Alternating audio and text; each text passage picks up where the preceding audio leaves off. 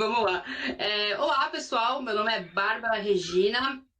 Eu sou professora de Relações Internacionais e Ciência Política na Universidade Paulista, aqui no estado de São Paulo.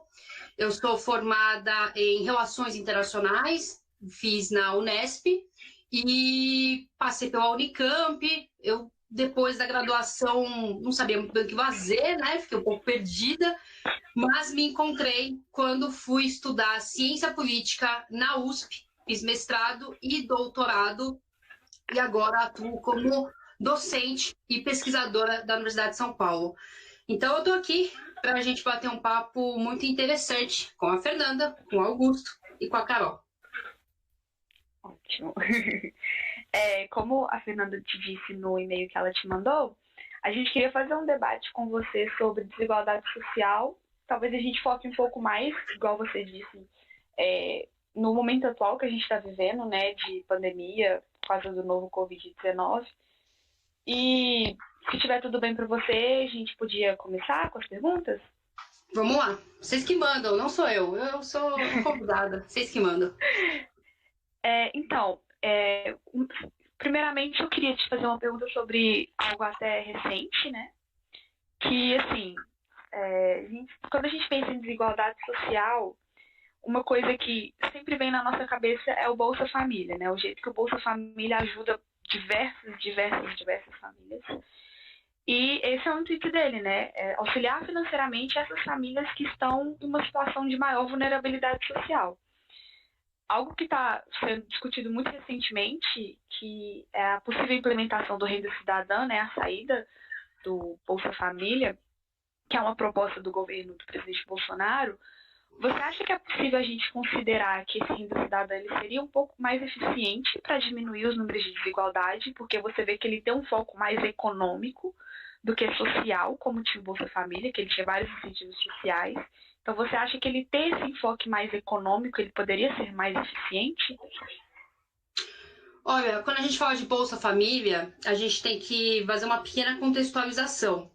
Impossível falar sem mencionar as pessoas envolvidas. E isso é bom porque a gente quebra um mito. Não foi o presidente Lula quem criou o Bolsa Família, foi uma atuação conjunta entre políticos que fizeram algumas medidas de governo, por exemplo, o Cristóvão Buarque, o prefeito de Campinas, o governador de Goiás, o próprio Luiz Inácio Lula da Silva, quando presidente. Então, dois partidos estão envolvidos com Bolsa Família, o PSDB e o PT. Em 2004, o Bolsa Família vira lei, é um programa que unifica diversos outros programas sociais e é um programa eficiente. Se a gente está falando aqui de economia, o Bolsa Família é eficiente, ele custa muito barato, ele custa 0,4% do PIB, enquanto a Previdência, que é muito mais custosa, custa 14% do PIB. Então, o Bolsa Família é eficiente, é um programa que funciona, dá certo. Quando a gente fala do Renda Cidadã, do presidente Bolsonaro, a gente tem um pequeno problema aí, que é a questão das despesas. O programa que o presidente Bolsonaro queria... Bom, primeiro ele queria expandir o Bolsa Família. O Bolsa Família atende mais de 14 milhões de pessoas. Ele queria expandir para, se eu não me engano, vou pegar um número aqui que eu coloquei, só um segundo, aqui. Ele queria expandir para 21 milhões de famílias, ok? Tá certo, tem que expandir, é correto. O Bolsa Família, ele é um programa muito barato e ele dá muito certo porque ele tem uma atuação imediata. O nome técnico do Bolsa Família é Programa de Renda, Transferência de Renda Condicional. É diferente do auxílio emergencial, que é transferência de renda incondicional. Então, o programa Bolsa Família, ele é eficiente, ele é barato, mas ele está limitado. Ele está limitado porque o Brasil não vai bem na década de 2010. Então, o programa precisa ser expandido. E aí, o Renda Cidadã, ele chegou com uma alternativa. Vamos expandir o Bolsa Família. Tudo bem. O Bolsa Família tem um auxílio médio, um benefício médio de mais ou menos R$190. O presidente Bolsonaro queria expandir para 300. Ok? É ousado. E de onde vem o dinheiro? Essa é a grande pergunta. Você tem que cortar alguma coisa de algum lugar, e isso era um problema no Congresso Nacional. A equipe econômica do governo, os parlamentares, a sociedade civil pressionando, da onde vai vir esse dinheiro? Não saiu nenhuma alternativa. O Bolsa Família, ele vai custar ano que vem 34,8 bilhões, vou arredondando, 35 bilhões de reais. O Renda Cidadã custaria, se saísse do papel, 51 bilhões. É muito dinheiro. Para você gastar um volume desse, precisa de uma logística afinada. E esse é o problema, e aqui eu já abro parênteses para outros assuntos que a gente vai discutir. Esse é o problema do governo Bolsonaro, é a logística. Não está sabendo direito como mexer. Algumas medidas acertadas, outras equivocadas. No caso do Renda Cidadã, não se sabia se congelaria o salário mínimo, não se sabia se tiraria o abono salarial, ficou travado. E o prazo é curto, a gente já está entrando em 2021, então esse projeto foi enterrado pelo presidente Bolsonaro. Ele teria que ser mais eficiente porque o volume de recursos é alto, mas como eu disse, o Bolsa Família dá certo. Então o que você tem que fazer, na minha opinião, é mexer no Bolsa Família, expandir o Bolsa Família, mudar nome, rebatizar nome, só para tirar a carga, o capital político e eleitoral, né? Porque a gente sabe que o Bolsa Família ficou muito associado ao presidente Lula. Pouca gente sabe, ou não sabe, ou esquece, que o Bolsa Família vem de governos anteriores, mas de outro formato. O presidente Lula unifica e a presidente Dilma Rousseff, ela vai ancorar o Bolsa Família a um projeto muito maior, que é o Plano Brasil Sem Miséria. O que dá para a gente perceber, e aqui eu fecho essa questão, é que o Bolsa Família, ou Renda Cidadã, ou qualquer que seja um programa social que vai combater a desigualdade, ele tem que ser ancorado num programa muito maior, um programa, vou dizer, um programa de Estado, e não de governo. Então você tem o Fernando Henrique, de 94 a 2002, o Lula, de 2003 a 2010, a Dilma, de 2011 a 2016. Tinha, com exceção do final do governo Dilma II, tinha um projeto nacional para combater a desigualdade. Tinha uma logística, tinha um plano, sabe? Tinha uma meta. O Renda Cidadã apareceu como um programa que poderia melhorar o Bolsa Família, que poderia tirar um pouco da carga do capital eleitoral do PT, mas faltou realmente uma logística afinada, da onde cortar, da onde vem o dinheiro, como implementar, como mapear essas necessidades dado o momento de pandemia. Essa associação que você diz de acontecer com o Bolsa Família e o Lula, você acha que a gente está, como eu posso dizer, revivendo isso agora com essa associação do auxílio emergencial com o Bolsonaro? Porque a gente pode ver nas pesquisas de popularidade que desde que o auxílio tem sido implementado, ele tem aumentado bastante, né? Os números de popularidade dele. Se eu não me engano, ele está com 50,2, algo do tipo. Você acha que é devido a essa associação de programas? Olha, essa pergunta é muito bem-vinda e ela é muito boa, porque isso lembra que o presidente Bolsonaro entrou na lista da revista Time, das 100 pessoas mais influentes do ano de 2020. E é comum, eu já vou antecipar, é comum que um chefe de Estado entre na lista da Time. O Lula já entrou, eu não sei se a Dilma já entrou, não me lembro, mas é comum, porque o Brasil é um país continental, são mais de 200 milhões de pessoas, o que o presidente faz aqui tem grande repercussão, então é comum. O presidente Bolsonaro, ele não foi eleito com uma agenda social, ele não foi eleito. A agenda dele era a corrupção, o antipetismo, o combate à esquerda, o combate ao socialismo, comunismo, enfim. A agenda do presidente Bolsonaro não era essa. A agenda do presidente Cardoso, em 94, o Fernando Henrique Cardoso foi ministro das Relações Exteriores no governo Itamar, ele é chamado para a Fazenda, ele chama o pessoal da PUC para fazer o Plano Real dá certo, e inflação e cesta básica é uma relação perigosa. Então, quando o Fernando Henrique faz o Plano Real, isso é um grande ganho político eleitoral para o PSDB. E aí o Fernando Henrique é eleito com esse capital social de ajudar os pobres. O pobre consegue comprar arroz e feijão. O Fernando Henrique foi eleito com uma agenda social em 94, o Lula em 2003, a Dilma em 2010, as eleições de 2010, o presidente Bolsonaro não. Então você tem uma quebra dessa agenda. Só que o que acontece? No meio do caminho do governo Bolsonaro, tem uma pandemia. E o que tinha que ser feito?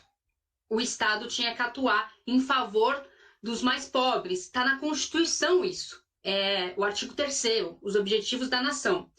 Então, o Estado tinha que atuar. Não tinha opção, tinha que atuar. E aí o auxílio emergencial, o governo, e a gente tem que lembrar disso, o governo propôs R$200. O Paulo Guedes, iniciativa de lei do ministro da Economia, era R$200 e uma cesta básica, se não me engano, para quem já era do Bolsa Família, inclusive.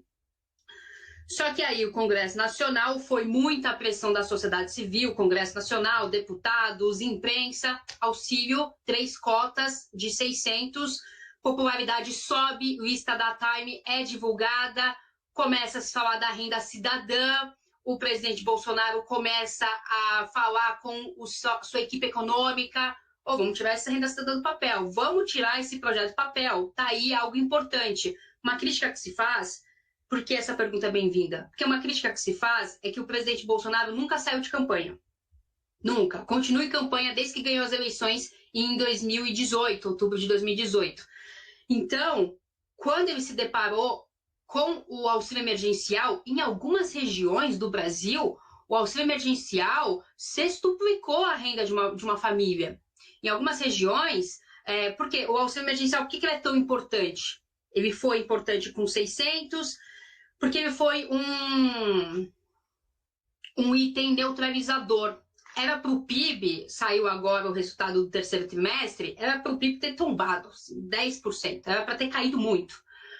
Mas o auxílio emergencial segurou, ele segurou um pouco do PIB, ele segurou, no começo da pandemia, essa é uma reportagem da Folha, dizendo que 50% da população mais pobre, classe D e E, a base da pirâmide, teve metade da renda, caiu metade da renda. Então, o auxílio emergencial segurou isso, segurou a renda das pessoas mais pobres, a base da pirâmide aqui no Brasil, e, em alguns casos, complementou outras rendas. Então, se não caiu, o auxílio segurou. Se caiu, o auxílio segurou, e se não caiu, o auxílio complementou. Então, a família ganhava um salário mínimo e meio ali, começou a ganhar 2.000, dependendo se era mãe, chefe de família, ganhou 1.200 de auxílio. Então, sem dúvida, vocês estão corretos. Auxílio emergencial para o presidente Bolsonaro foi um gostinho de aumento de popularidade e isso impulsionou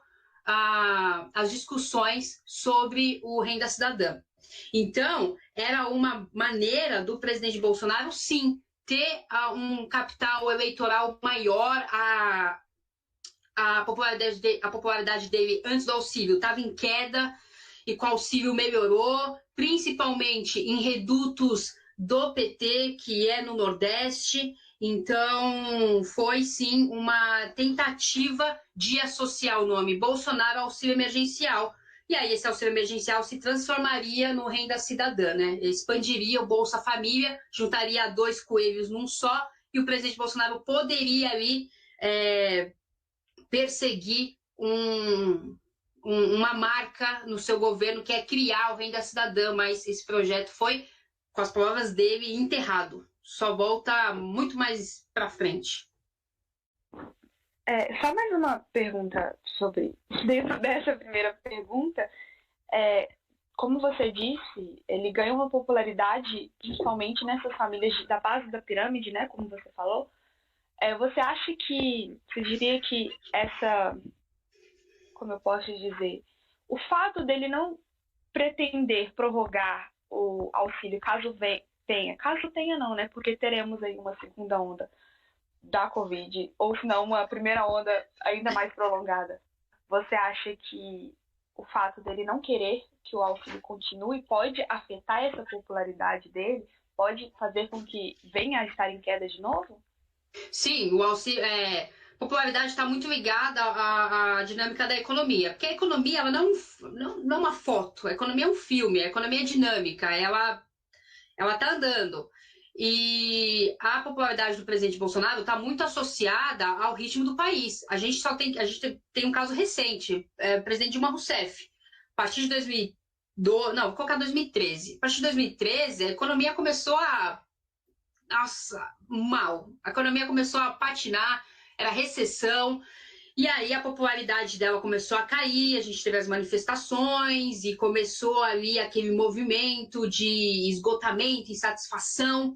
Então, a economia, o desemprego, não é à toa que a pobreza e a extrema pobreza no Brasil, a partir de 2014, começa a dar um salto, retoma o crescimento desses dois índices. A extrema pobreza cresce, a pobreza cresce. Então, o presidente Bolsonaro, ele sabe disso. A gente acha que ele não sabe, mas ele sabe. Acabou o auxílio emergencial, a insatisfação vai aumentar. E você tem vários elementos nessa conta, e você já citou alguns, que é a segunda onda, porque talvez a gente nem saia da primeira. Porque mal a gente fez um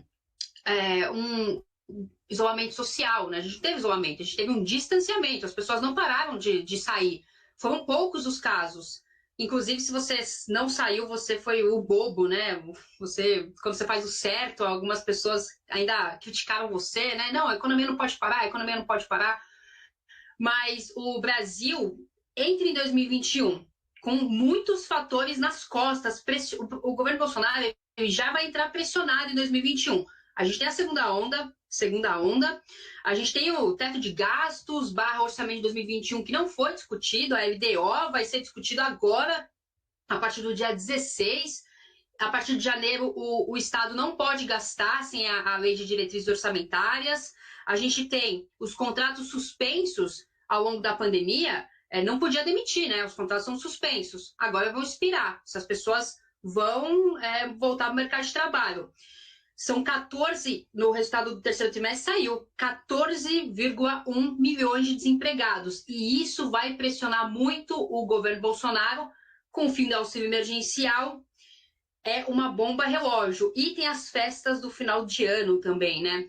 Como elemento da pandemia. Então, a gente vai chegar em 2021 com uma bomba relógio prestes a explodir. E o presidente Bolsonaro sabe que isso vai afetar a sua popularidade.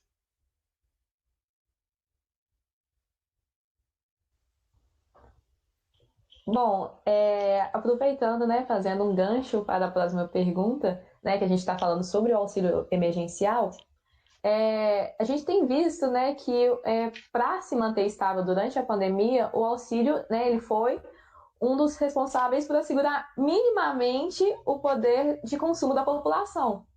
Logo, você vê o auxílio como uma ferramenta criada para ajudar a população mais pobre em momentos de dificuldade, ou apenas uma forma de garantir que a economia do Brasil não saia ainda mais abalada, com um número maior de pessoas nessa situação? Então, o auxílio emergencial veio para ajudar a população. Isso tem um fator de subsistência, as pessoas precisam comer, as pessoas precisam viver, realmente. Mas tem um grande mas, né, nesse auxílio emergencial. Peraí, o auxílio emergencial era de 200, que tipo de governo propõe R$ 200? Não sabe o preço da cesta básica? Quanto custa o arroz? O arroz chegou a custar quase R$ 50 o saco de 5 quilos. Está muito desconecto isso. Parece que o governo não prestou realmente atenção nas necessidades da população, porque no começo da pandemia, né, para propor um auxílio de R$ 200, faltou sensibilidade, além de vontade política. E aí, com essa pressão, foi para 600 e agora o governo diz que não tem como manter isso. Tá bom, não tem como manter o auxílio emergencial, mas vai fazer o que além disso? Porque não pode ser só o auxílio, tem que mexer em outras partes da economia. A gente tem os 14 milhões de desempregados, como eu disse, mas quais são os outros desafios que a gente está vendo? A gente está vendo a questão das aulas, Quando a gente fala em desigualdade, a gente fala sobre as próximas gerações. É quase um sinônimo.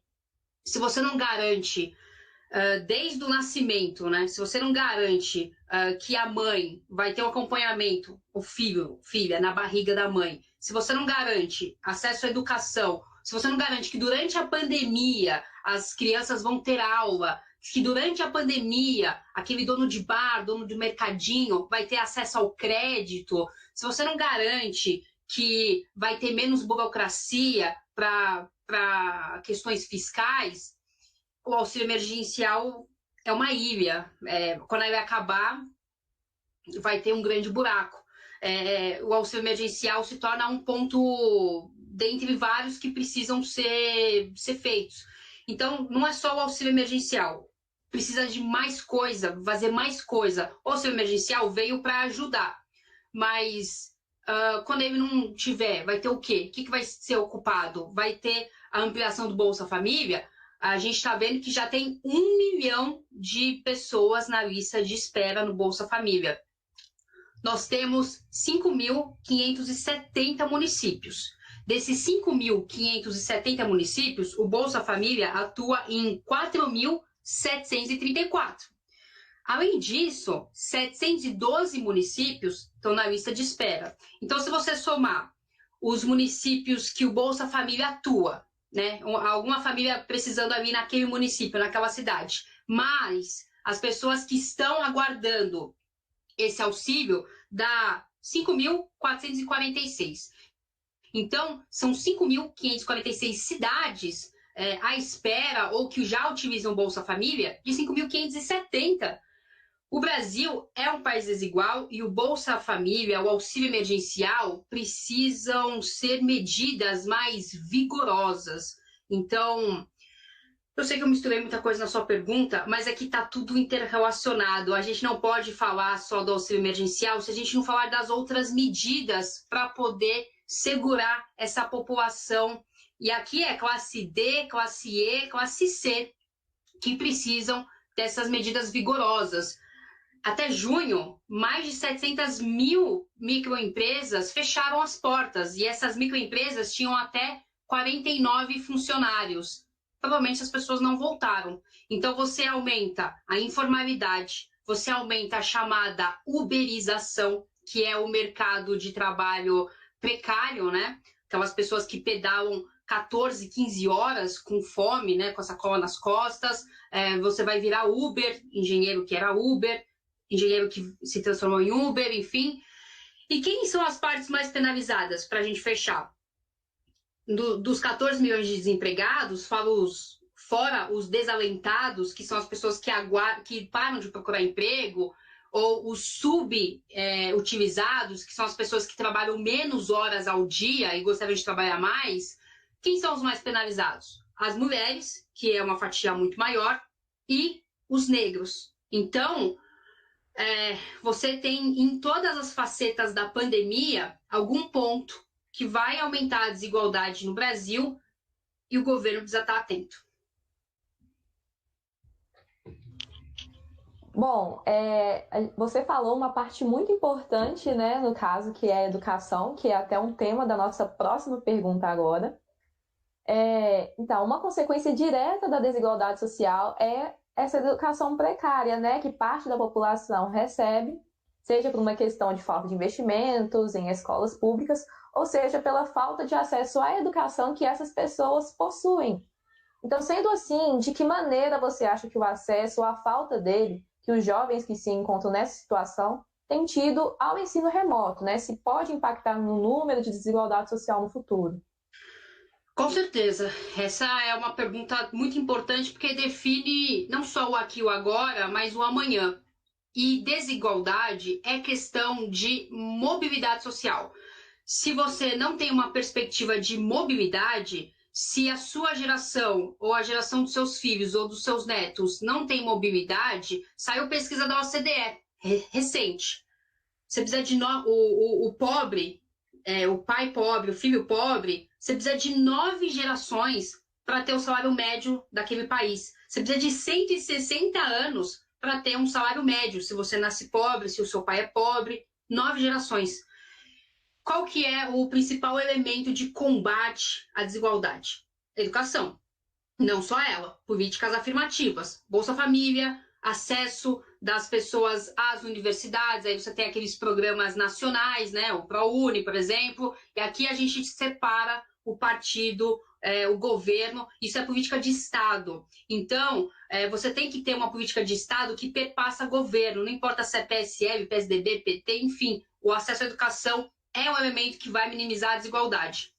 Não só o acesso à educação, mas foi feita uma pesquisa que você precisa ter leitura em creche, porque dos 2 aos 4 anos é um momento chave para a criança no seu processo de aprendizagem.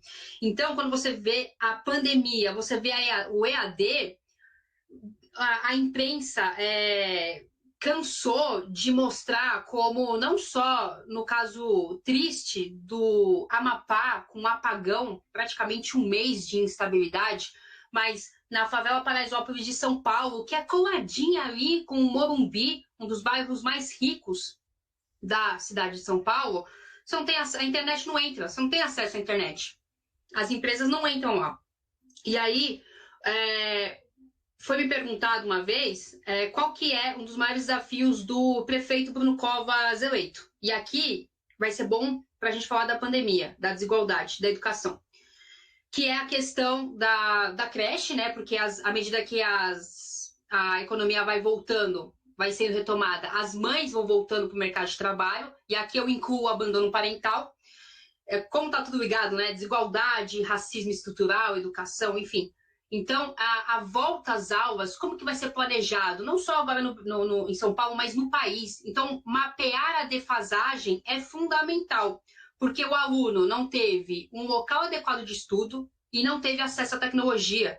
Quantas pessoas vocês conhecem que abandonaram um curso na faculdade porque não tinha acesso à tecnologia, não tinha Wi-Fi, não tinha computador, ou não abandonaram a faculdade, mas não conseguiram ter qualidade de estudo, não conseguiram um lugar para estudar, não conseguiram estudar, porque a família perdeu renda, porque essa pessoa perdeu o trabalho.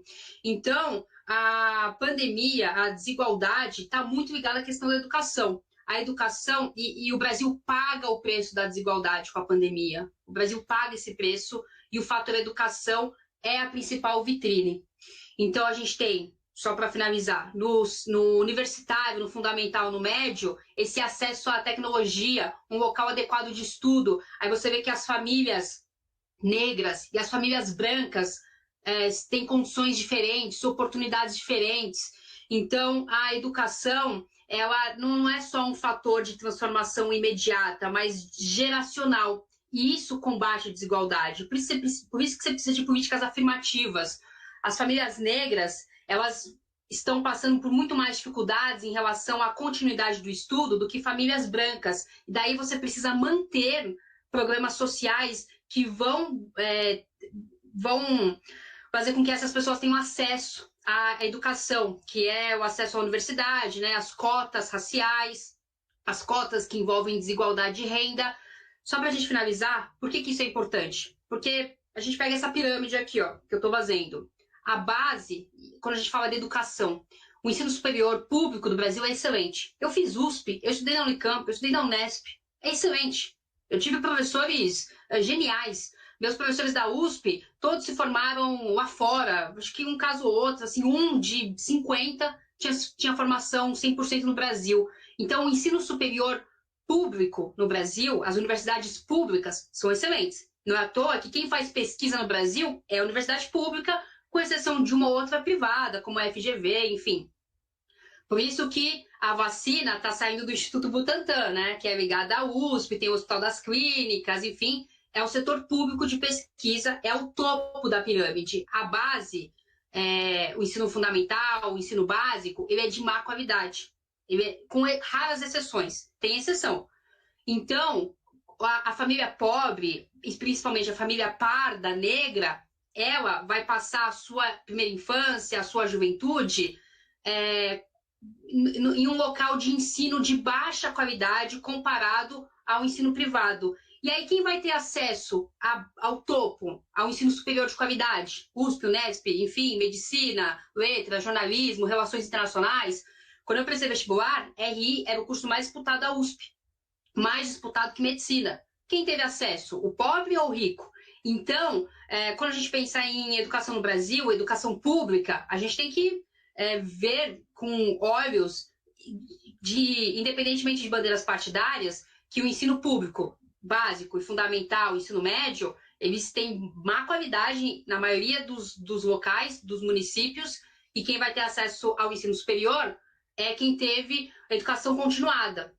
E no momento da pandemia, não é a família pobre ou a família de classe média baixa. Então, educação é um fator que vai buscar minimizar as desigualdades. Desculpa, eu me estendi bastante nessa. Uma coisa que você falou que eu acho muito interessante, que eu acho que engloba toda essa questão do ensino básico até chegar no ensino superior, que passa por essa questão de cotas, passa por toda essa questão de desigualdade, é o Enem, né?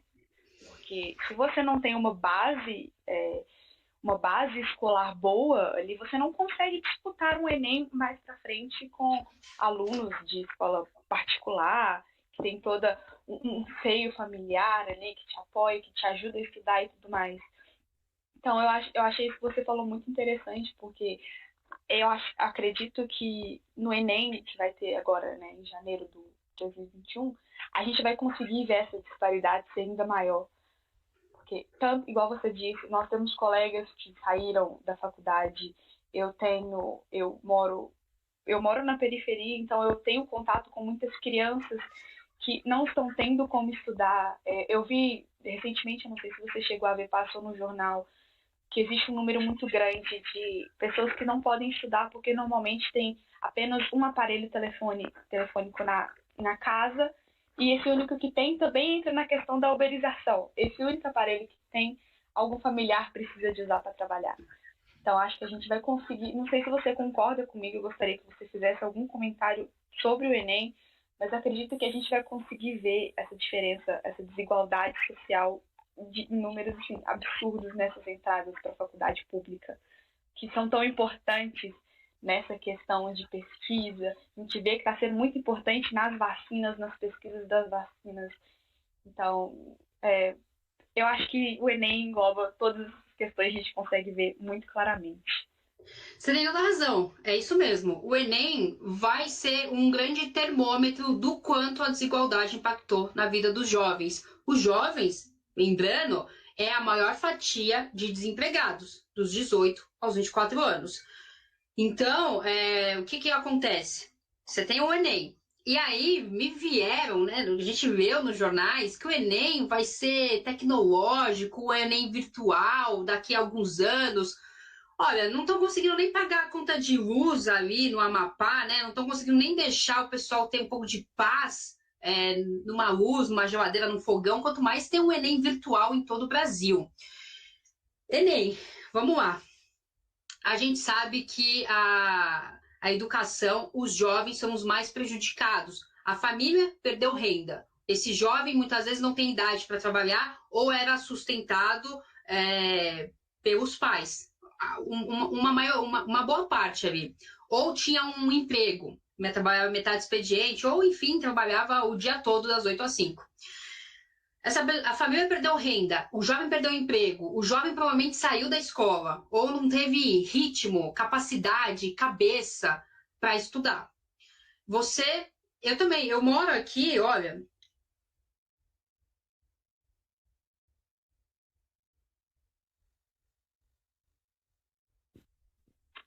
Travou para mim? Não, travou para mim também. Acho que ela caiu.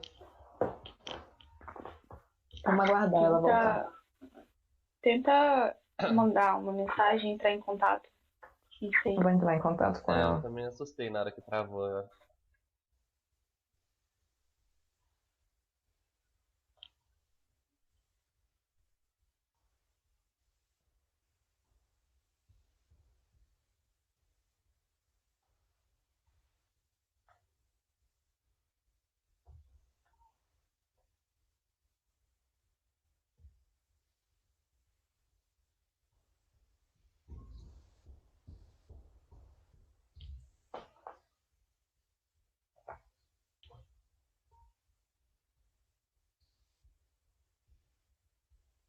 A internet dela.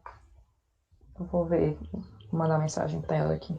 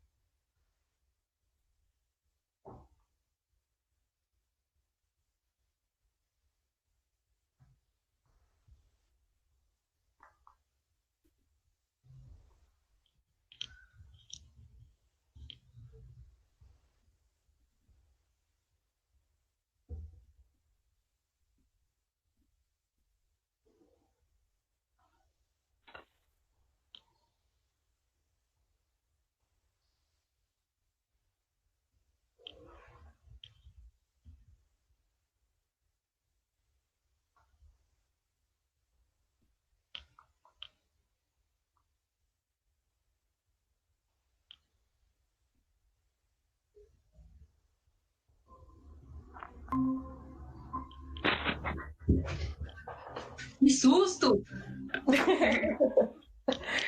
Ficou aqui. Problemas do ensino remoto, como a gente estava falando. Perdão. Bom, a gente tá falando do Enem. Posso falar? Tá gravando já? Claro, Tá, pode falar sim.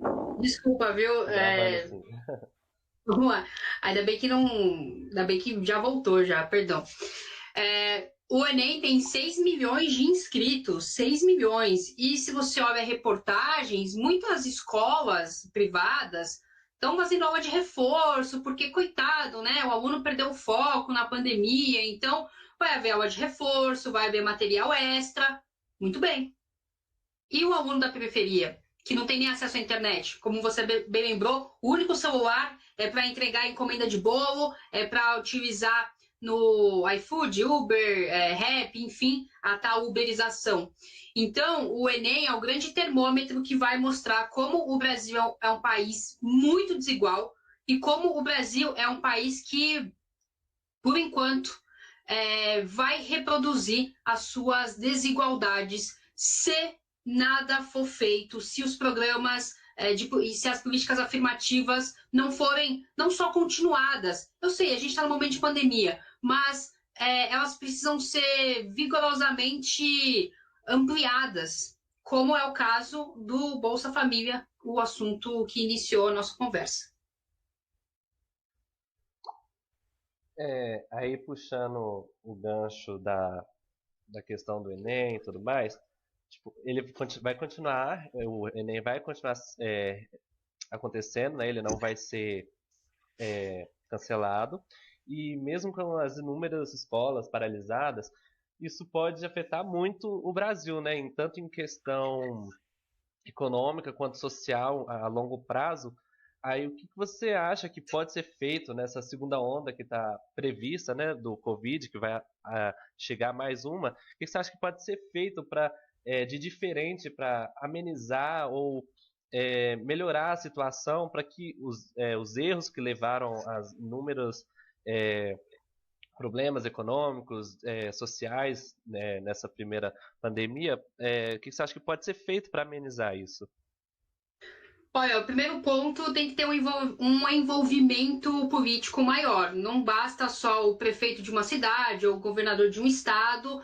Se não houver um envolvimento, uma vontade política, uma união, falta consensos, falta harmonia, não só entre os poderes, legislativo, executivo, que foi um bate-cabeça no começo, mas falta, sobretudo, vontade política no discurso. Quando um presidente fala: pessoal, o negócio é sério, vamos nos proteger, tem um efeito X. Quando um presidente fala: você mergulha em esgoto, você vai sobreviver, tem o efeito Y.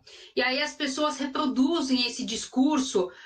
Por que o Brasil vai ter uma bomba relógio já para estourar em janeiro? Porque já há meses, há semanas, vou tentar ser menos generalista aqui, mas há muitas semanas, com o comércio reabrindo, né? Fase amarela, fase verde, fase laranja, enfim, as pessoas pararam de se cuidar. O estranho caso da pandemia é que no começo você estocava papel higiênico, era uma luta para você achar macarrão nos mercados, em meados de abril, álcool em gel R$30, 500 ml, R$10 um litro de álcool 70%, que você pagava R$2,50, R$3,50.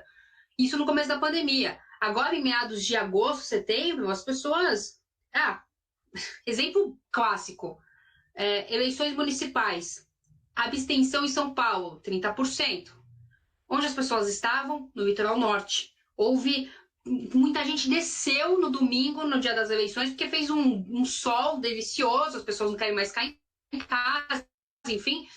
As pessoas, ao invés de voltar para casa, não, elas estão na praia. Então, para dar certo, falta uma consciência política dos governantes. É hora de união, é hora de ter... eu sei, a disputa política ela sempre acontece, né? No começo do ano, o Lula fez um afago ao governador Dória, né? O Lula disse: olha, o Dória do PSDB está fazendo muito mais do que o presidente. Enfim, é a disputa política, é o jogo.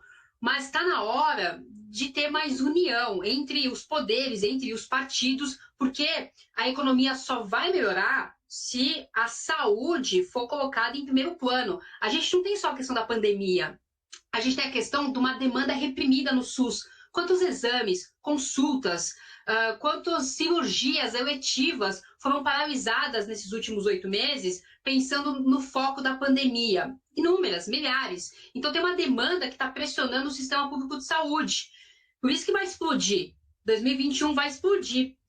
Então, a consciência da sociedade como um todo, né? Estamos numa pandemia, mas essa consciência, ela vem muito da percepção dos políticos. Olha, é sério, a gente não pode vacilar, o sistema público de saúde, que no Brasil é bom, não comporta. Então, falta isso. Para dar certo, tem que ter consciência política, consciência cidadã, e essa consciência política perpassa em pensar mais na população e menos nas eleições presidenciais de 2022. E aqui eu não estou falando só do presidente Bolsonaro. Eu falo do governo Dória, eu falo do Crivella, no Rio de Janeiro. Você quer um retrato dessas eleições municipais? É que vocês estão em BH, mas o Calil, ele é o retrato das eleições municipais do Brasil. Alguém tradicional, um rosto conhecido, que não teve muito a sua o seu mandato muito criticado, fez o que tinha que ser feito, enfim. Esse é o grande retrato das eleições municipais de 2020. Então, precisaríamos que no país fosse assim, tem que fazer o que tem que ser feito. Consciência política é o prioritário. Isso que você mencionou dessa disputa política me fez recordar muito das questões que a gente teve em volta do ministro da Saúde. Todas essas saídas e esses problemas que tiveram, que muita gente falava por ser uma questão de popularidade, de estar batendo muito de frente com o presidente. Então, acho que isso entra bastante, né, no que você disse, que precisa ter essa união, porque a gente tinha um ministro preocupando, ou pelo menos parecendo preocupar bastante com a saúde realmente, falando para as pessoas, fiquem em casa, distanciamento social, gente, toma cuidado. E então a gente tem, em contramão, né, a gente tem o presidente que vai contra tudo isso. Então, se eu entendi correto o que você disse, entra muito nessa questão, né, esse entendimento que precisa ter tido na política agora para que a gente possa entrar num consenso do que é prioridade realmente. Economia, puramente, educação, saúde, onde que a gente precisa focar, né? Nós, como internacionalistas aqui, a gente precisa lembrar que os Estados Unidos, a economia dos Estados Unidos voava, era o melhor índice em 50 anos. Mas o que acontece? O presidente Donald Trump, republicano, não cuidou como devia cuidar das questões relacionadas à pandemia. A gente tem uma terceira onda descontrolada chegando nos Estados Unidos. Então, o Joe Biden, ele venceu muito nesse ponto que fala da vacina, que fala do momento de não se pensar em política, mas pensar na saúde. A saúde é prioridade, a vacina é prioridade. O Brasil, o ministro da Saúde, como você bem citou, o Brasil negociou com pouquíssimos laboratórios. Tem a vacina de Oxford, tem a Pfizer, que está perguntando, e aí, Brasil, você vai comprar? O Chile já comprou, o Peru. E aí, você vai comprar as nossas doses? O Brasil não negociou com vários laboratórios, o Brasil não tem um plano de logística para mapear as principais regiões. Tudo bem, a gente sabe, idosos e crianças primeiros, sempre. No Titanic foi assim, na vacina também, idosos e crianças primeiros. Então, isso é óbvio. A gente tem que falar até do óbvio, né, como é importante. Mas crianças e idosos primeiros. E agora? Como é que vai ser? Quais as regiões?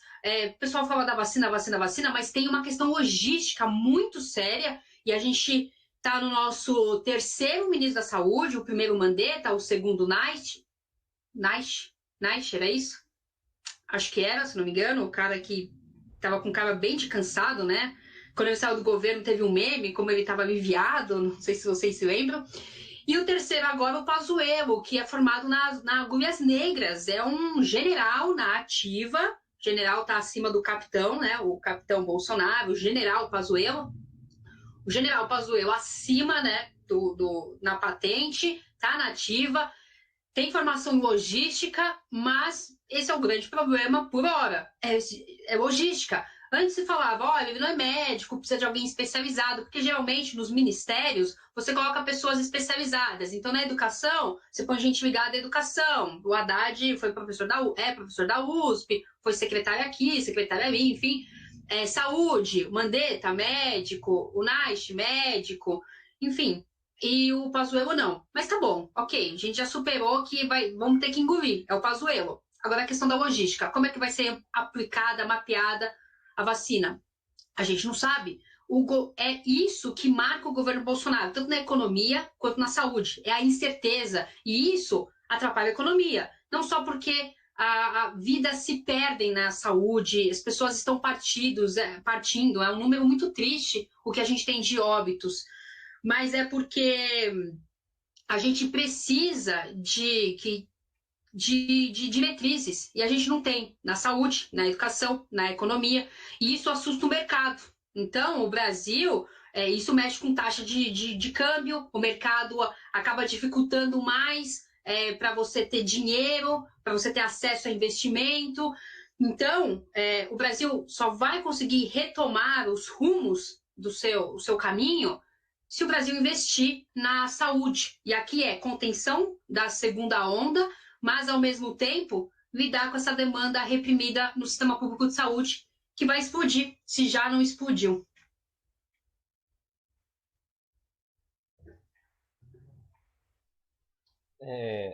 Bom, voltando, uma outra pergunta aqui, você falou sobre os países que ofereceram ao Brasil e o Brasil não seguiu em diante com as negociações sobre comprar as vacinas.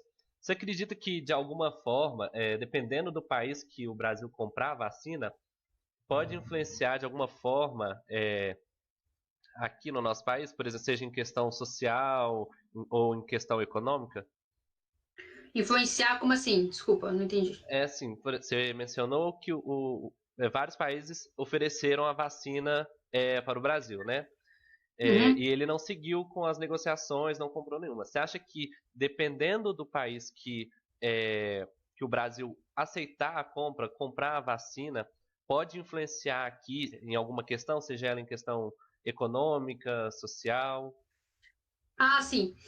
Afeta muito mais, é muito mais uma questão da diplomacia do que a questão social aqui. Lógico, o tanto que o presidente Bolsonaro falou mal da vacina da Sinovac, vacina chinesa, vírus chinês, as pessoas, isso é racismo, né? Isso está na Constituição brasileira, que o Brasil é contra o racismo. O Brasil, uma parte da população tem se negado. Perguntam, você vai tomar a vacina Coronavac, da Sinovac, o laboratório chinês, em parceria com o Butantan? E as pessoas falam não vou tomar. Prefiro a de Oxford ou da Pfizer, se souber que a Pfizer também tá buscando aqui o nosso investimento. Só que, ao meu ver, como analista, é bom a gente poder investir na vacina que o Instituto Butantan está produzindo, porque isso vai gerar receita. O Brasil pode vender essa vacina para a América Latina. O Brasil faz fronteira com 10 países e no governo Bolsonaro, no começo da pandemia, esses 10 países criticaram muito o Brasil, né, por conta das questões de fronteira. Então, o Brasil, passadas as eleições norte-americanas, o Brasil se aproximou da Rússia, né, Vladimir Putin, que está no poder há muito tempo. E aí tem a vacina russa, só que a vacina russa carece de transparência.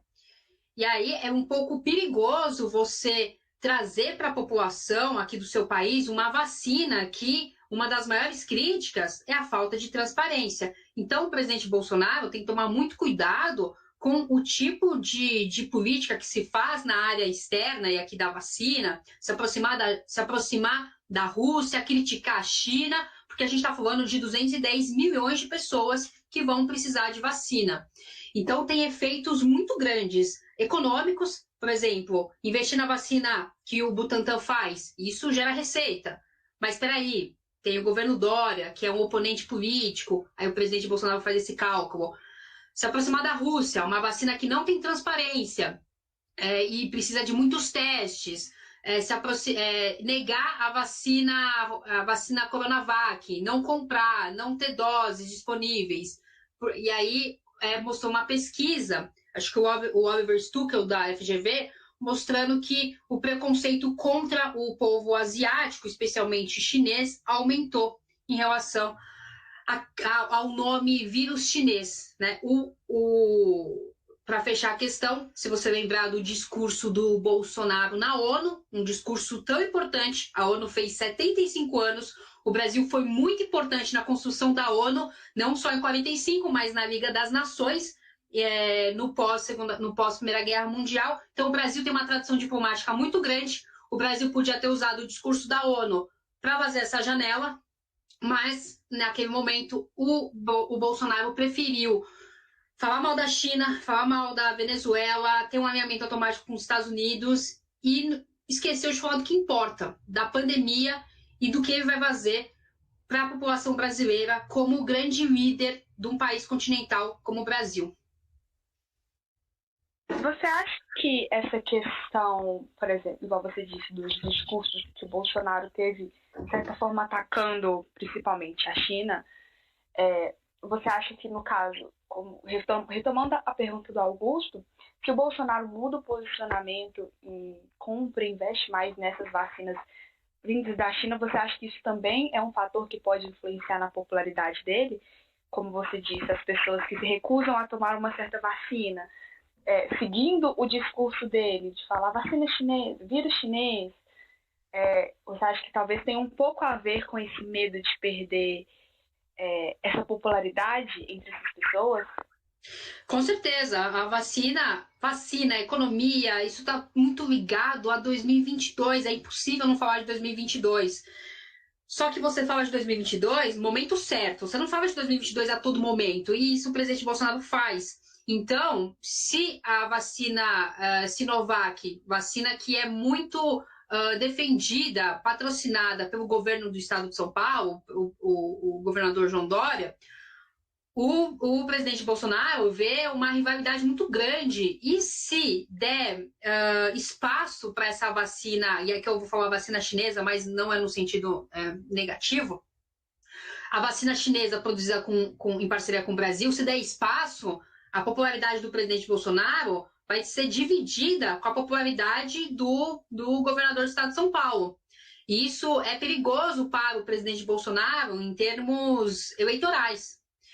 Então, o presidente Bolsonaro tá tomando cuidado no tipo de vacina que ele está investindo. Então, ele está apostando muitas fichas na vacina de Oxford, mas tem outras que estão na frente, como a própria Pfizer. Começou a vacinação, começa amanhã, terça-feira, posso estar enganado, terça-feira, dia 8, e no Reino Unido.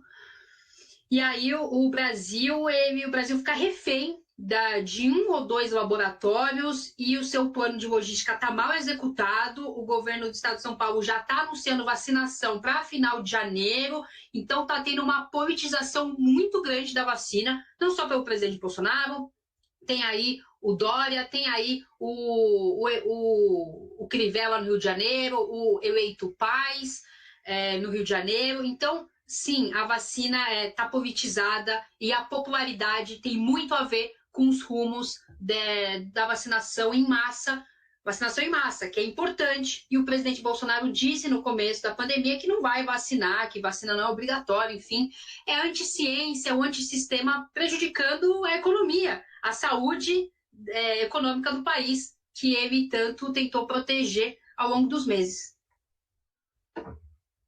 E você mencionou aí, né, que esses discursos do Bolsonaro, o aumento da xenofobia contra os asiáticos, né, principalmente os chineses, isso pode influenciar muito nas nossas questões comerciais, né, porque a China é um dos nossos maiores parceiros econômicos, sempre que importa diversos matérias-primas, né, commodities nossos aqui, e a gente também consome muito produto asiático hoje em dia. Isso pode gerar um grande desnível na economia caso a China resolva cortar relações por causa desses discursos. Você não acha? Principalmente por ter saído do nosso presidente, né, que é o nosso representante, e ainda diversos membros da população comprando esse discurso. Você não acha? Não só do presidente, mas do filho do presidente, né? A família Bolsonaro criticando muito a China. Você tem toda a razão. O espaço que a China ocupa era um espaço que os Estados Unidos ocuparam por muito tempo na economia brasileira. Os Estados Unidos eram um dos nossos principais parceiros comerciais, se não o principal. E aí a China, no século XXI... Bom, no final dos anos 90, o Brasil vai se aproximando, né, da China, da Índia, sem ter BRICS, nem BRIC, sem ter nada disso, vai se aproximando, ainda mais a partir de 2001, com a eleição do George Bush. E aí o Brasil vai abrindo espaço para o apetite chinês das nossas commodities, aí a commodity se valoriza, isso é muito bom para a economia brasileira. Mas é o seguinte, o presidente Bolsonaro ele usa no discurso, bate muito na China. A China é nosso principal importador e é o nosso principal exportador. Não só na vinda, na ida, mas na volta. Só que o que está acontecendo? O Brasil, o presidente Bolsonaro, seguiu os passos do presidente Donald Trump, que batia muito na Venezuela, mas não deixava de importar o petróleo venezuelano. O Bolsonaro tem que tomar cuidado no tom. porque o tom ele ficou muito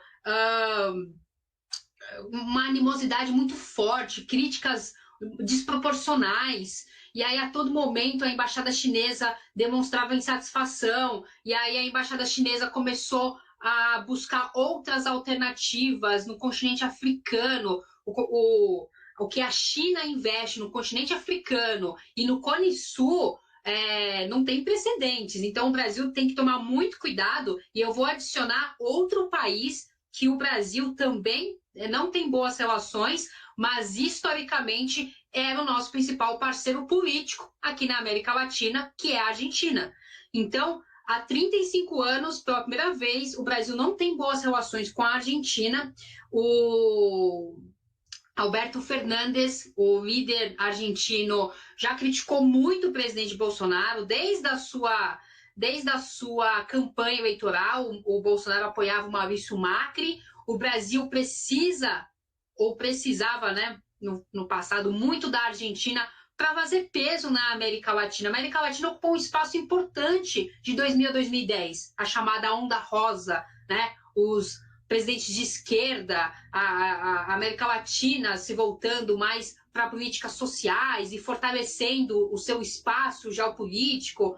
Agora não, mudou muito. O Brasil não tem boa relação com a Argentina, o Brasil não tem boa relação com a China, o Brasil não tem mais uma boa relação com os Estados Unidos, apostava todas as fichas na eleição do Donald Trump, e aí o Biden vence as eleições, o presidente Bolsonaro não sinaliza que vai redesenhar a política externa, em alguns pontos, não precisa redesenhar tudo, mas pelo menos em alguns pontos importantes, demora para reconhecer a vitória do Joe Biden, compra muito esse discurso de fraude nas eleições, e o Brasil é um dos poucos países que mostra que o vencedor das eleições ainda fala em fraude das eleições, como o próprio presidente Bolsonaro. É por isso, e para fechar a questão, que um dos livros mais vendidos nos últimos anos é Como as Democracias Morrem, porque é por dentro das instituições que você vai minando, desacreditando as instituições. Tem fraude nas eleições, a vacinação em massa não é interessante. Pô, como assim, né? Mas esse é o Brasil de 2018 em diante. Voltando num outro assunto agora que você tinha mencionado numa pergunta anterior sobre os negros, a gente tinha visto nos seus conteúdos, né, que você mencionou aquele caso polêmico, né, do trainee somente para negros. A gente queria saber se você acha agora mais importante falar sobre isso, principalmente agora nessa pandemia, por causa da questão da desigualdade que aumenta, desemprego e tudo mais, por ser uma questão social, né? Porque os negros são principais vítimas na sociedade, sofrem racismo, né? Não conseguem um emprego, a maioria tem baixa educação. Aí eu queria saber se você acha que é principalmente é essencial agora falar, principalmente nesse tempo de pandemia. Com certeza, muito me toca, muito obrigada se está algum conteúdo meu. Muito obrigada. Mas esse caso do trainee mostrou o quanto a população precisa de informação. Por isso que um dos grandes males recentes é fake news. Então, essa desinformação, olha, não tem racismo no Brasil. No Dia da Consciência Negra, o vice-presidente do país, Mourão, Hamilton Mourão, disse que não tem racismo no Brasil. O que tem é desigualdade, mas racismo não tem. E se você não correlaciona a desigualdade com o racismo, desigualdade e o racismo estrutural, você está prestando um desserviço, porque a política de Estado que tem que ser continuada, graças à pandemia que escancarou as nossas inúmeras desigualdades de gênero, de renda, racial, é a prestação de políticas afirmativas. A Constituição, leis ordinárias, leis complementares, portarias do Ministério do Trabalho, enfim, falam que é importante você dar um degrau a mais para os grupos minoritários. Isso não é desvantagem para os brancos, muito pelo contrário. Isso é equidade, políticas que visam a equidade no país. Então, mulheres negras, negros, crianças, pardos, a gente não pode esquecer dos pardos, essas pessoas, elas não têm... Aí você tem um núcleo maior, né? Os transexuais, por exemplo, a deputada mais votada, a vereadora mais votada de São Paulo é transexual, a Erika Hilton. Então, você tem uma lacuna muito grande de pessoas que precisam da ajuda do Estado. E aqui em vários níveis, municipal, estadual, federal. E a pandemia escancara isso. Se você olhar os 14 milhões de desempregados, mulheres, pardos, negros são a maioria. Aí você tem outras questões que estão ligadas à desigualdade social e ao racismo estrutural, como o abandono parental. Então, são milhões de crianças sem o pai na certidão, e essas crianças vão ter dificuldade ainda maior para buscar oportunidade, porque quando a gente fala de desigualdade, como a gente já falou aqui, é a questão da mobilidade. Essas políticas afirmativas, essa busca pela equidade, que é a igualdade material, é o pobre conseguir acesso à educação e o rico também tem o seu acesso. Só que o pobre precisa do Estado. E a nossa Constituição Federal, aqui, rapidinho, um pequeno ponto do direito, a nossa Constituição Federal, ela é uma Constituição dirigente. Esse é o nome dado à nossa Constituição. O que é uma Constituição dirigente? É a Constituição que coloca metas, coloca objetivos para qualquer que seja o governo, PT, PSDB, direita, esquerda, centro, qualquer que seja ele, desenvolver. O nosso artigo 3º, que eu também falei aqui, mostra que o Brasil é um país desigual, o Brasil se reconhece como desigual na Carta de 88. Fala o seguinte: o Brasil é um país desigual e precisa realizar políticas para diminuir as desigualdades regionais. E aqui, vamos lembrar que 35 a 37% dos brasileiros não têm acesso ao saneamento básico, e o Norte e o Nordeste são as regiões que menos têm acesso.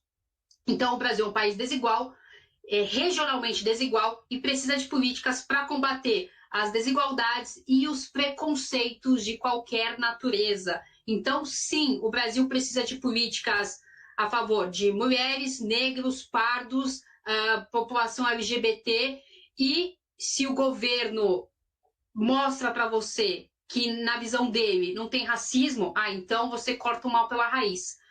Não tem política afirmativa que vá surgir de um discurso que negue a realidade e preste um desserviço à população brasileira.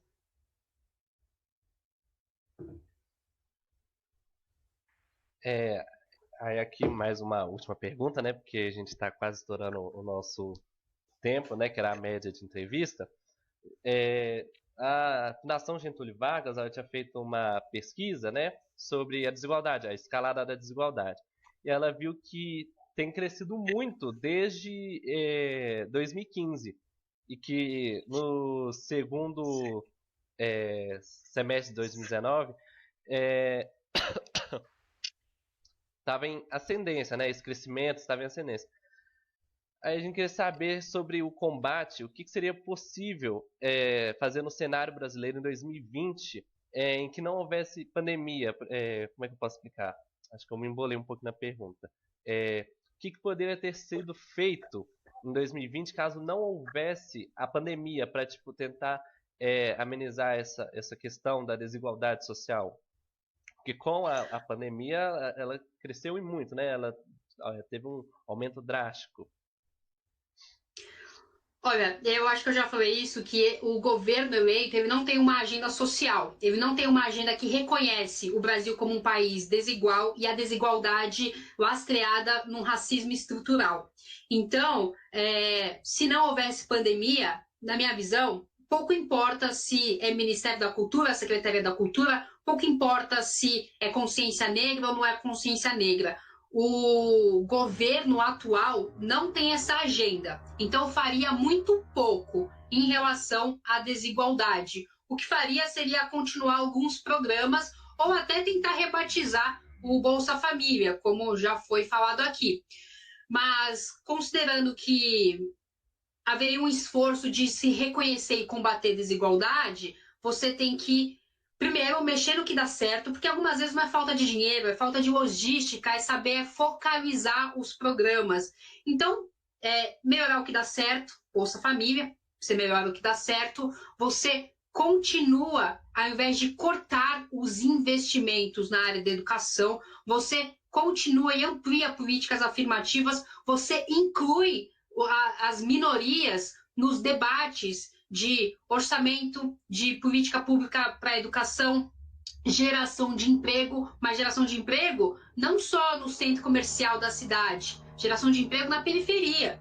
Porque hoje a gente tem, a pandemia escancarou isso da questão da mobilidade. A pessoa demora 3 horas para chegar até o serviço e durante essas 3 horas na ida e 3 horas na volta, é uma pessoa totalmente exposta ao coronavírus. É por isso que se você pegar o mapa da cidade de São Paulo, você vai ver que nos extremos são os maiores casos. Favela da Brasilândia no norte, no sul, Tiradentes, Guarulhos, ali na zona leste, São Mateus, a região oeste, Rio Pequeno. Então, esses extremos realmente é onde tem o coronavírus. Mas no mundo ideal onde não tem coronavírus, é trazer para o centro das discussões e o centro das políticas a periferia. E a periferia, que é um mundo diverso, você tem um quadro clássico de mulheres, pardos, pretos e crianças que, se não tiverem o apoio do Estado, não vão ter as suas oportunidades, que já são poucas, potencializadas, maximizadas, e aí a mobilidade ela não vai acontecer, e o pobre, e o filho do pobre, e o neto do pobre não vai conseguir uma ascensão social. E aí você vai reproduzir as desigualdades. Então, é um conjunto de situações que deveria ser feito.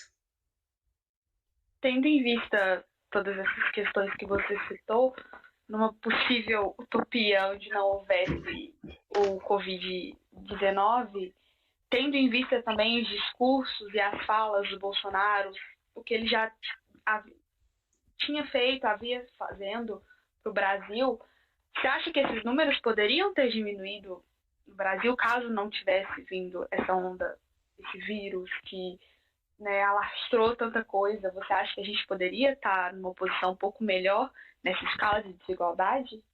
Olha, a professora Cristina Pessequil, ela sempre fala assim, não existe o C na política. Ela escreveu alguns livros de RI, né? Ela é famosa na nossa área, e ela fala, não existe o C na política. Então, é muito difícil a gente mensurar como seria a vida do Brasil com o governo Bolsonaro em curso sem a pandemia. A pandemia está testando o governo Bolsonaro nos seus limites. Então, algumas vezes, não dá só para a gente criticar, porque se fosse o Haddad que tivesse vencido as eleições, estaria passando pelas mesmas dificuldades.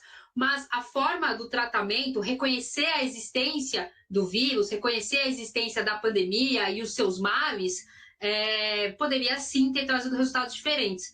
Se não houvesse pandemia, se o governo Bolsonaro tivesse seguido o seu curso sem ela e colocado o seu projeto para rodar no Ministério da Economia, por exemplo, a gente tinha a reforma da Previdência.